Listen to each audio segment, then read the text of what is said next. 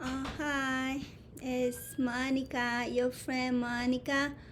I had to make another video because there's a piece that Dr. Joseph Massad, he's a professor of modern Arab politics and intellectual history at Columbia University. He studies at the Middle Eastern, South Asian, and African Studies at Columbia University. And where is that at? Is that in New York? It's Columbia University. I think it's in New York. He published a piece that, if you notice, I've been talking about ever since Marco Rubio made that speech. It was a genocidal speech. It's a speech that white European descendant people, Europeans and settler colonists, and other settler colonies like U.S., Australia, New Zealand, Canada, and so forth, they are about to unify, to reconquer, to re-enslave non-white people. Okay, and I've been complaining about that since that day, but people just rather talk about whatever else. But this is a serious matter. Professor Massad, Dr. Massad, he published a piece today on the Arabia21.com. You can go to the website, and the title of it is "The U.S. State Department Declares War on all non-white peoples of the world." Okay, so I'm gonna read it instead of me pontificate. If you go, you'll see Marco Rubio, this Italian fascist, Italian American fascist. He does a speech that he gave, and we need to take it seriously because Marco Rubio is the second most powerful person in U.S. after Donald Trump, because he represents U.S. for the whole planet. So what he says is what U.S. policy is with respect to the rest of the planet. So let's read what Dr. Massad said here.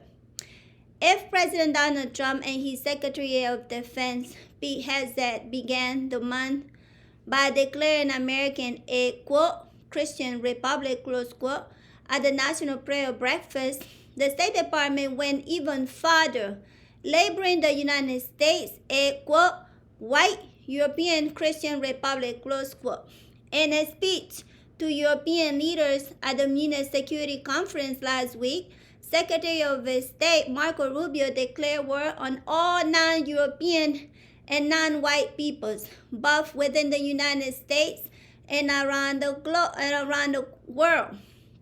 Rubio emphasized the need for the United States to reclaim his white identity, asserting, quote, our homeland may, close quote, despite the fact that more than of Europe be in the Western Hemisphere, but will always be children of 140 million Americans are neither white nor European descent. Rubio asserted European in a firm tone, saying, quote, we seek allies who are proud of their culture and heritage, who understand that we are heirs to the same great and noble civilization, and who with us are ready and able to defend it, close quote.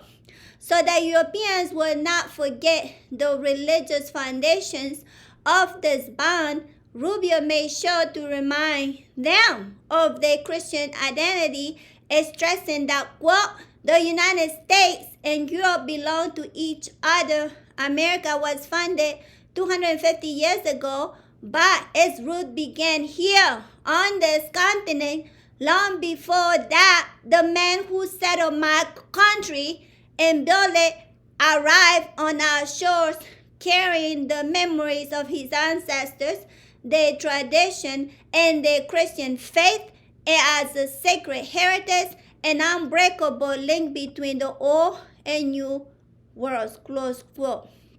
Rubio's speech is an extension of a long historical context of anti-migrant policies that accompanied the foundation of a white Christian-oriented American republic, policies that Donald Trump has reinforced since entering politics. In this context, Marco Rubio did not merely hint at, but explicitly stated that they consider it quote-unquote danger posed by non-European Africans, Asian, and Latin American immigrants not only to Europe, but also to the demographic and cultural fabric of white Americans' society itself. He summarized this view by saying, quote, we must also assert control of our national borders. Controlling who enters our country is not an expression of a xenophobia, not hatred, but a foundational act of national sovereignty.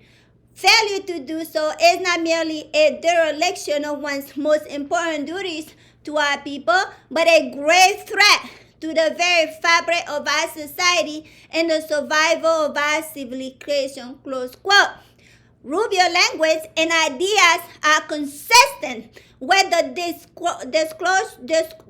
discourse, policies, and ideology of America's white nation some 250 years ago. From the racist supremacy that had been in place since the independence of the non-whites to his immigration movement of the founding. Explicit legislation was enacted to prohibit racist colonial state.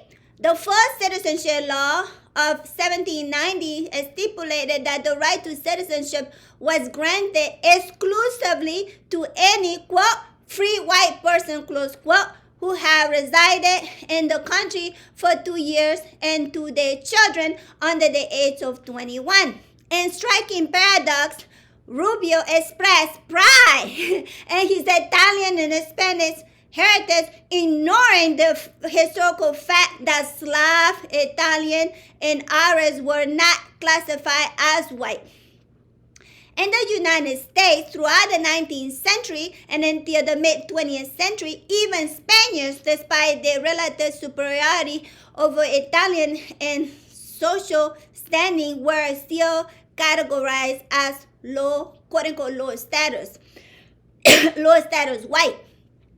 European Catholics were not spared the hostility of white Protestants, who feared that these quote-unquote Papa extremists will destroy the democratic bill on white supremacy. It remains unclear, according to Rubio, whether the racist American immigration law, which remained in place until the 1960s, were placed on quote-unquote hatred or quote-unquote love. In any case, Rubio's speech in support of white Christian supremacy was met with applause from European audience and why not? It is perfectly aligned with their history.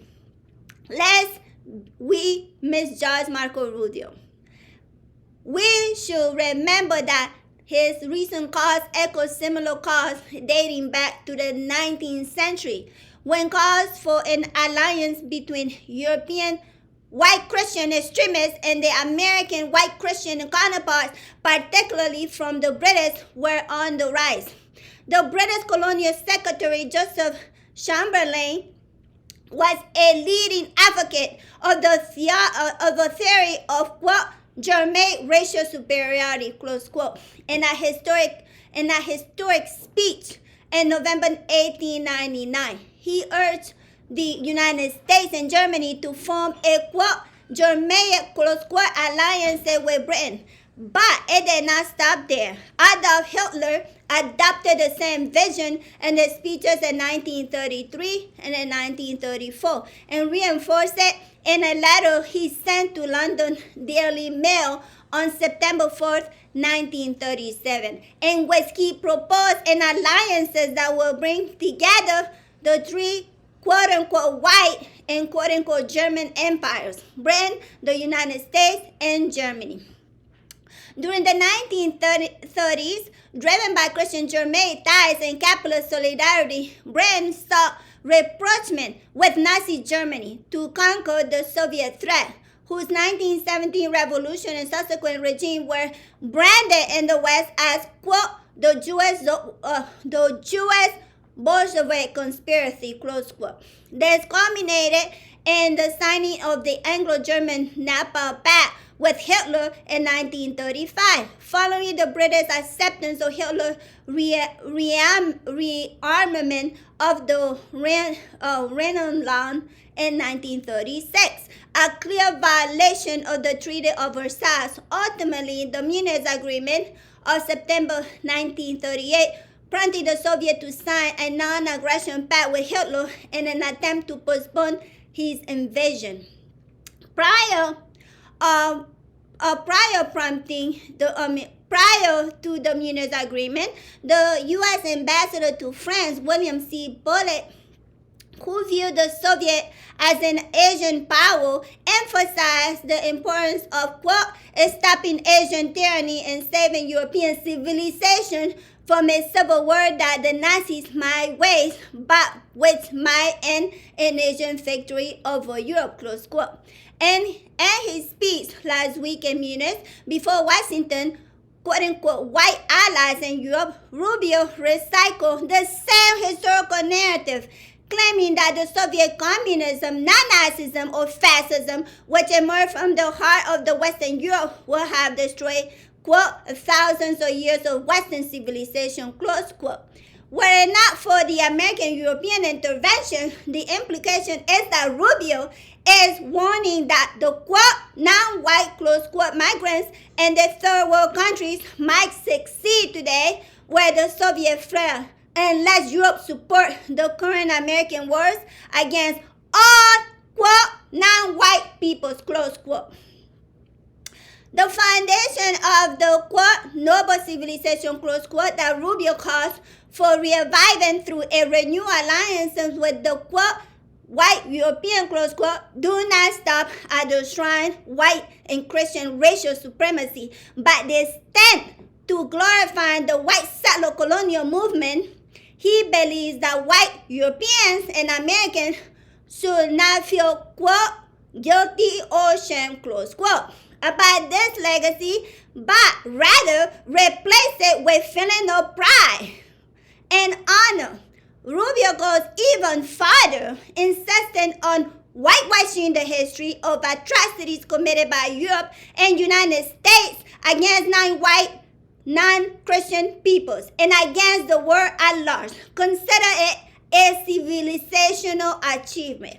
He declares, quote, we want to do this with you and with a Europe proud of heritage and history, with a Europe that possesses the spirit of creating freedom that sends ships to unknown seas and give birth to our civilization, close quote. The transatlantic white alliances that Rubio seeks to achieve is, quote, an alliances based on the recognition that we in the West have inherited together. It is unique, it's special, and irreplaceable because this ultimately is the very foundation of the transatlantic bond, close quote. He added that, quote, for 5 centuries prior to the end of the World War II, the West was in a state of constant expansion with his missionary programs, soldiers, and explorers pouring from the shores to cross oceans, settle new continents, and build vast empire that stretches across the globe, close quote. Indeed, it is the Scottish Letters and Northern Ireland, which remain a British colony state to this day, whom Rubio considered the heroes of white Christian America. Quote, the Irish Scot drew out borders, the proud, robust clan from the hills of Ulster Island gave us Davy Crockett, Mark Twain, Teddy Roosevelt, and Neil Armstrong, close quote. In this context, the intervention of the U.S. ambassador to Israel, Mike Huckabee, a staunch evangelical Protestant, served to translate the sentiments of his boss at the State Department. In his recent interview with right-wing commentator Tucker Carlson, who asked him, quote, according to the Bible, the descendants of the Abraham will inherit the land that today encompasses the entire Middle East. Does that mean that Israel has a right to that land? Close quote. Huckabee responded with unwavering conviction, quote, "It would be fine if they took it off," close quote. In contrast to the applause Rubio received from the white supremacist European leaders, non-white nations such as Egypt, Jordan, Saudi Arabia, Kuwait, Oman, Arab League, and the Organization of Islamic Cooperation, among others, expressed their dismay at Huckabee's remarks, describing his views as extremist, unacceptable, and flagrant violation of international law. Despite administration officials' attempt to reassure Arab leaders that Huckabee's positions were, quote, personal opinion, close quote, the complete silence from both Rubio and Trump regarding these statements is unsettling and only reinforced suspicions of their endorsement. Rubio described non-white citizens in the United States and Europe, as well as non-white people throughout the world, as, quote, forces of civilizing destruction that threaten both America and Europe today, close quote. Those who threaten Israel, Rubio bluntly labeled them, quote, barbarian, close quote. That's it. Free Palestine.